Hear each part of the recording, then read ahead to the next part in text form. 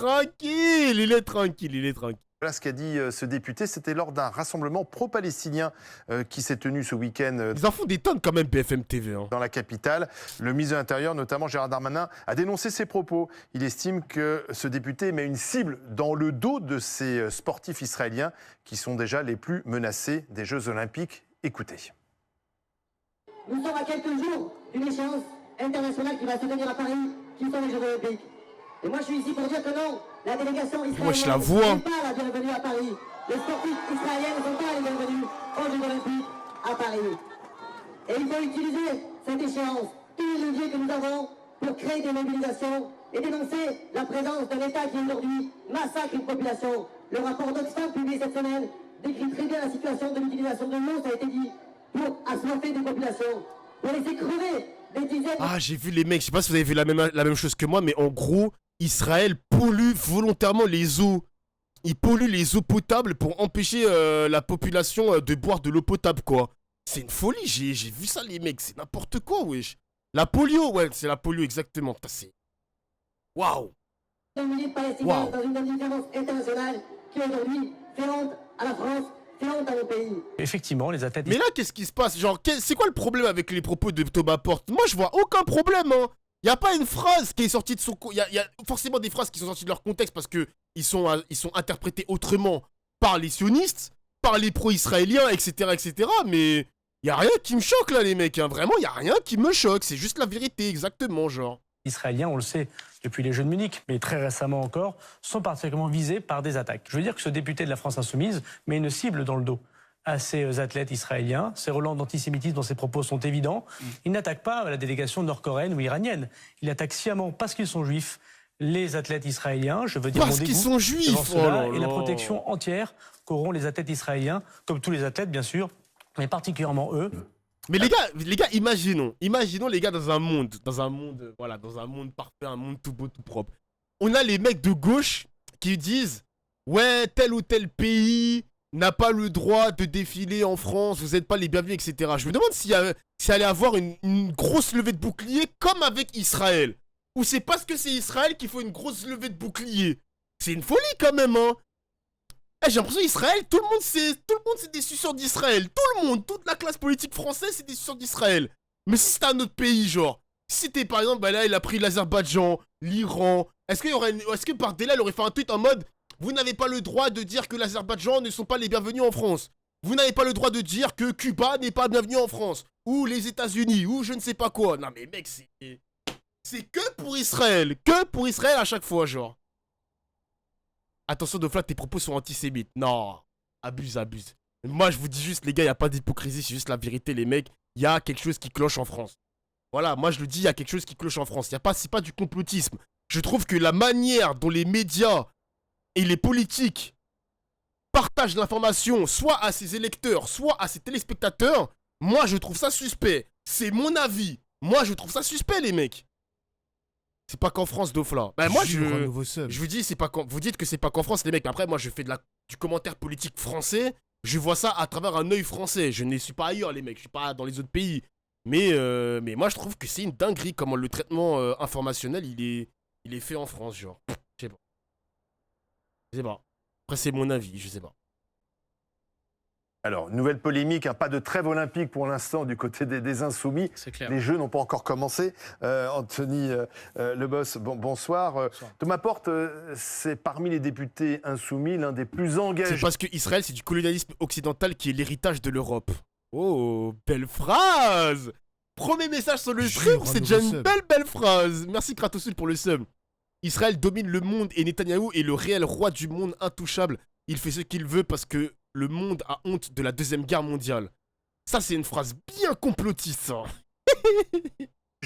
À dénoncer Israël. C'est bien complotiste comme phrase, ça. Et là, il a saisi l'occasion de dire que les athlètes israéliens n'étaient pas les bienvenus. Ouais, je peux doser, là. Pas sous la bannière israélienne. Il voudrait que ces athlètes aient le même sort que les sportifs russes qui peuvent venir. Il y en aura pas beaucoup, hein. Il y en a seulement une quinzaine. 25. J'ai vu aussi Macron évoque une trêve olympique et politique avec les Jeux au cœur de la vie du pays.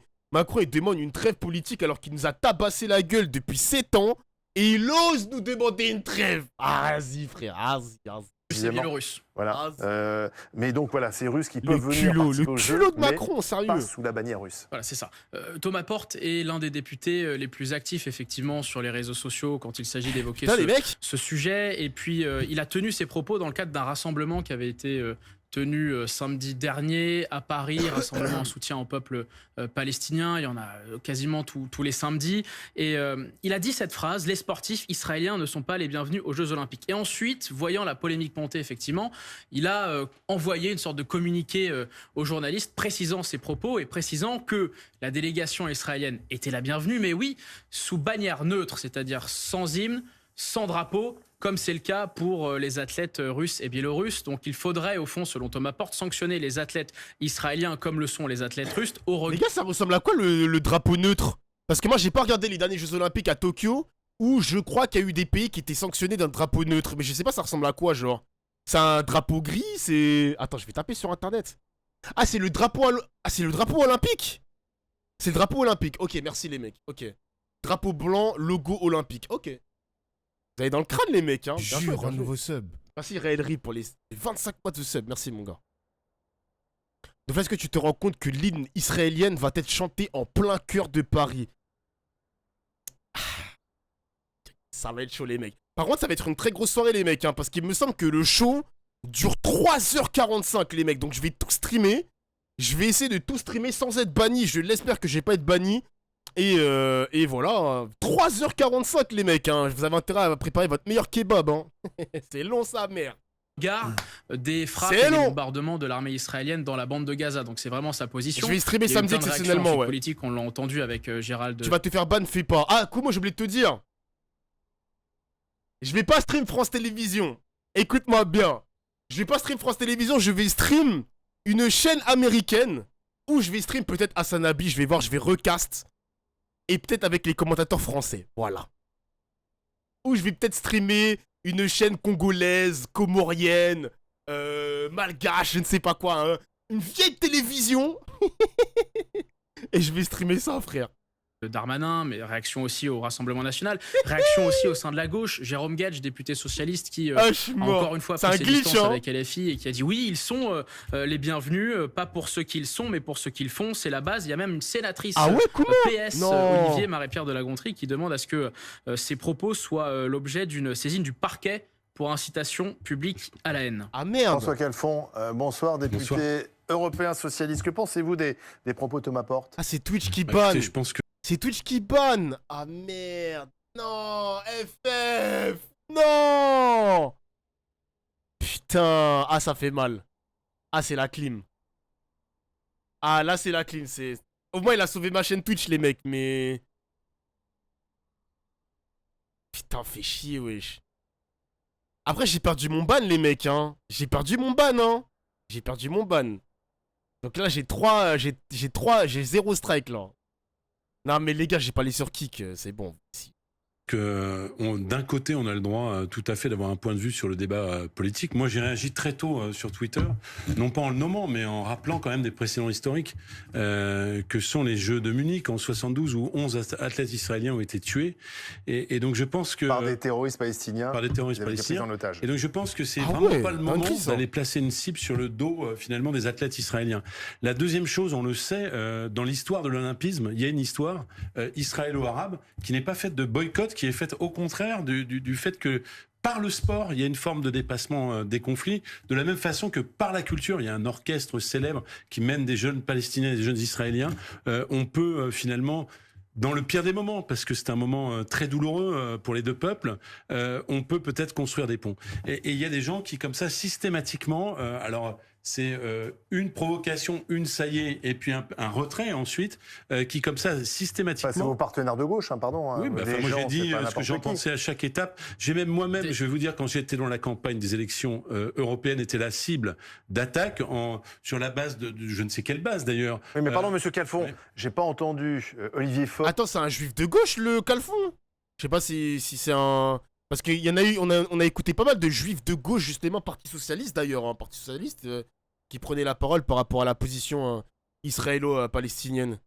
De gauche, PTDR. Mais tu sais que Echo, il y en a premier degré, hein. D'ailleurs, on avait streamé un mec du PS, juif, qui s'était embrouillé avec un sioniste. Oh putain, il allait se battre avec lui et tout. C'était une folie, gros. Le leader des socialistes, dénonçait les propos de Thomas Porte. Ouais. On a l'impression que les socialistes ont peur des insoumis. Écoutez, moi, j'ai pas peur des insoumis, j'ai peur de personne. Je veux faire les choses avec modération. Il y a une dizaine de députés. PS et entre gauche. 8 et Ah 10, d'accord, ok. qui ont C'est comme ça ça que je voulais dire. des campagnes très actives et qui parfois dérapent. Et ça, c'est plus qu'un dérapage. D'autres ne le font pas. Moi, je considère comme normal, tout comme Jérôme Guedj, qu'on puisse avoir un débat sur ce qui se passe en Israël et en Palestine. Par contre, ces incitations à la haine, je suis plus que mal à l'aise avec. Et est-ce qu'il y a de la langue de bois de ma part? Il n'y a pas de langue de bois de ma part. Clairement, une cible a été mise sur le dos de ces athlètes. D'ailleurs, M. Porte, je ne suis pas le porte-parole, mais il a été obligé de le reconnaître. Alors, nous sommes, avant de donner la parole à... Non, il a juste précisé ses propos. Arrête. Arrêtez de faire croire qu'il a rétropédalé, qu'il a perdu ses couilles, je ne sais pas quoi. Arrêtez, s'il vous plaît, arrêtez. Mathieu Lefebvre, un député Ensemble pour la République du Val-de-Marne. Arrête. Nous sommes aussi avec Philippe Meyer, membre du bureau exécutif du CRIF, parce que le CRIF a réagi. Mais en même temps, le CIO a décidé que les athlètes russes seraient autorisés à participer au JO, mais sous bannière neutre, et à condition qu'ils ne soutiennent pas l'invasion russe et n'aient pas de lien avec l'armée. Ce qui fait qu'il y aura très peu d'athlètes russes à Paris. Et certains disent, finalement, pourquoi ne pas appliquer à Israël ce qu'on a appliqué à la Russie? Non, cette comparaison ne tient pas, parce que ça voudrait dire que l'agression de la Russie vis-à-vis de l'Ukraine serait comparable à ce que fait Israël à Gaza. Or, rappelons qu'Israël a été attaqué à Gaza le 7 octobre. Israël a subi un pogrom le 7 octobre. Israël se défend le 7 octobre. Oui, mais depuis, il y a des morts civiles. Certains parlent, comme Thomas Porte, de génocide. Depuis, il y a une guerre. Depuis, il y a une guerre. Le journaliste, attention le journaliste, hein. Il est tranchant, hein. Attention, tu prends des risques, mon gars, là. Hein. Avec des collatéraux, des morts civiles qui sont évidemment à déplorer, parce qu'aucune mort civile ne peut être l'objet de réjouissance. Mais il y a une guerre déclenchée par le Hamas. Et je voudrais simplement revenir sur ces propos de Thomas Porte, qui sont à la fois, on l'a beaucoup dit, mais infâmes, irresponsables. Infâmes, parce que très clairement, c'est la stigmatisation, j'ai envie de dire, pathologique, obsessionnelle d'Israël. Thomas Porte, qui ne fait que tweeter alors qu'il est élu de la République, payé par la République pour s'occuper de notamment de son département qui est le 93, il n'est pas là pour s'occuper de Gaza exclusivement. Or, il s'occupe exclusivement de Gaza. Mais vas-y, c'est un suceur de bite, lui, parce qu'à l'époque où Meilleur Habib, il faisait que tweeter sur Israël, on n'a jamais entendu sa grande gorge à ce mec, hein. On n'a jamais entendu sa grande gorge. Mais là, comme par hasard, comme c'est LFI, comme par hasard, quand c'est la Palestine, ça pose un problème qui tweet tous les jours sur la Palestine. Oh là là. C'est une obsession. C'est obsessionnel, mais pas dans l'équilibre. C'est obsessionnel à charge contre Israël. Ça cache quoi, alors? Ça cache une stratégie politique. Il est antisémite? Ça cache une stratégie politique, celle de LFI, qu'on a bien connue pendant les dernières élections européennes législatives, très électoraliste, très communautariste, avec un choix stratégique qui est désastreux parce que on dit que c'est infâme, mais en même temps c'est irresponsable. Et j'entendais le ministre de l'Intérieur qui disait, et vous l'avez dit également, que ça met une cible dans le dos des athlètes israéliens. C'est vrai, on parle de Munich, c'est vrai, mais pas uniquement. Si on écoute entièrement ce que dit Thomas Porte, c'est pas uniquement ça. Il parle également des binationaux franco-israéliens. Ça veut dire quoi? Ça veut dire qu'on met une cible sur les franco-israéliens au moment où, rappelons-le, il y a encore 2 otages franco-israéliens qui sont détenus par le Hamas. Et à un moment où l'antisémitisme en France explose de façon exponentielle. Donc cette irresponsabilité-là, elle est criminelle, de mettre des cibles sur les athlètes, également sur les franco-israéliens. Et au final... Pardon, monsieur, je vous interromps, priorité au direct, puisque le ministre de l'Intérieur prend la parole à propos de la sécurité des Jeux Olympiques. Gérald Darmanin, nous allons l'écouter. Priorité au direct. Alors il y a plus de 50 entreprises impliquées, je parle là de la région parisienne.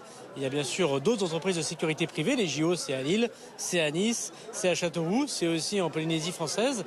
Il y a donc plus d'une centaine d'entreprises de sécurité privée qui ont répondu aux appels d'offres du comité olympique, que le ministère de l'Intérieur a surveillé en donnant les cartes professionnelles, en écartant les personnes qui ne rentreraient pas compte, on pourrait dire, d'une certaine notabilité. Pas ouf. Je sais pas s'il va parler de Thomas Porte, mais... Peut-être les Israéliens en mettront le pied... mis en place ce dispositif pour eux spécifiquement. Alors j'ai demandé au GIGN d'être 24 heures sur 24 la première seconde où les athlètes israéliens mettront le pied en France jusqu'à leur départ. Les athlètes, les arbitres, les comités olympiques, les dirigeants qui vont les accompagner. Il y a déjà autour des équipes israéliennes, comme aux équipes américaines, par exemple, de grande sécurité de leur propre pays. Mais pour l'équipe israélienne, 24 heures sur 24, nous mettrons des hommes, des militaires du GIGN, parce qu'effectivement... Ah ouais, c'est le tapis rouge, hein. Ça utilise le GIGN pour aller protéger les Israéliens. Oulala, oulala. Le tapis rouge, putain. La menace sur eux est très forte. Voilà 15 jours que j'ai pris cette décision. Elle ne devait pas être rendue publique, mais devant, je crois, les menaces, les propos ignobles et vraiment incompréhensibles de certains députés de la France Insoumise qui mettent une cible dans le dos de ces athlètes. Il est tout à fait normal de dire aux Israéliens qu'ils seront évidemment bienvenus. Ils sont à 10 minutes de chez moi, les mecs. Hein. Ils sont à 10 minutes de chez moi, les sportifs israéliens. Le GIGN. Il y aura, je crois, à ce qui paraît, il y a les... Comment on appelle le renseignement israélien, les mecs? Ça a un nom déjà, je ne sais plus c'est quoi le nom. Ils seront à côté de chez moi, wesh. Ils sont dans le Mossad, voilà, le Mossad. Le Mossad, ils seront à 10 minutes de chez moi parce que moi, je suis à côté du village olympique. Je suis vraiment à 10 minutes du village olympique, wesh. Eh, j'ai peur. J'ai peur d'avoir un petit point rouge sur ma tempe, là, comme ça, là. Bam! Et bien protégé. Il y a le CP9, les mecs. À risque sur lesquels je ne répondrai pas ici. Justement, il y a d'autres délégations. Vous avez parlé des Américains, il y a aussi les Iraniens. Quelles autres délégations vont avoir le droit à des dispositifs particuliers? Alors, ils ont été, selon la DGSI, classifiés selon les difficultés ou les menaces que nous pouvons connaître ou que leur pays souhaitait nous faire savoir. Évidemment, les athlètes américains, ça a été dit. L'Iran, bien sûr, vous l'avez dit. C'est le cas aussi des athlètes ukrainiens. Et puis d'autres nationalités ou d'autres équipes plus spécifiques ou dans des compétitions plus difficiles. On a par exemple dès mercredi soir un Israël-Mali en football au Parc des Princes qui va être particulièrement regardé. Oh là là, les Maliens, je vous en supplie, s'il y a des mecs, s'il y a des Maliens dans le chat, vous avez intérêt à baiser les Israéliens au football, hein. Vous avez intérêt à les baiser, les Maliens. Mali, Mali foot. Les Maliens, retournez les Israéliens s'il vous plaît au football. 3-0, bang bang, on n'en parle plus, pitié. On compte sur vous les Maliens, on compte sur vous les gars. Pas tellement parce que les athlètes Mali puissance, seraient menacés, la Mali puissance, hein. Que c'est une rencontre vraiment le poulet, hein. Qui peut faire apparaître des contestations de toutes sortes. Et donc nous allons protéger l'intégralité, encore plus que d'habitude si j'ose dire, de la compétition et des supporters. Mali puissance, hein. Il n'y a quand même pas de menace particulière sur ces JO. Alors, nous n'avons pas de menace caractérisée sur les Jeux Olympiques et les Jeux Paralympiques. Nous travaillons beaucoup avec les services de renseignement français. Nous avons déjoué 2 attentats, je vous le répète, un en Alsace et un... Par contre, si les Israéliens ils battent les Maliens, vous êtes bannis de l'Afrique, les Maliens. Hein.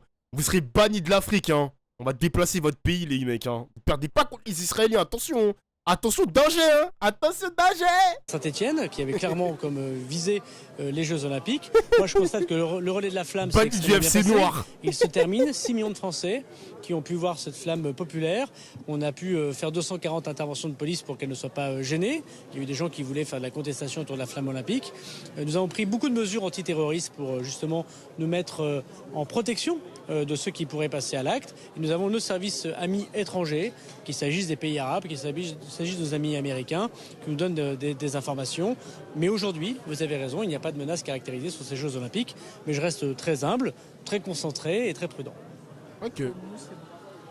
Merci Darmanin, merci. D'Île-de-France, eh bien Gérald Darmanin... Alors attends, est-ce qu'ils vont parler encore de le GIGN? Ok, pas de problème. Bon, je pense qu'on a fait le tour.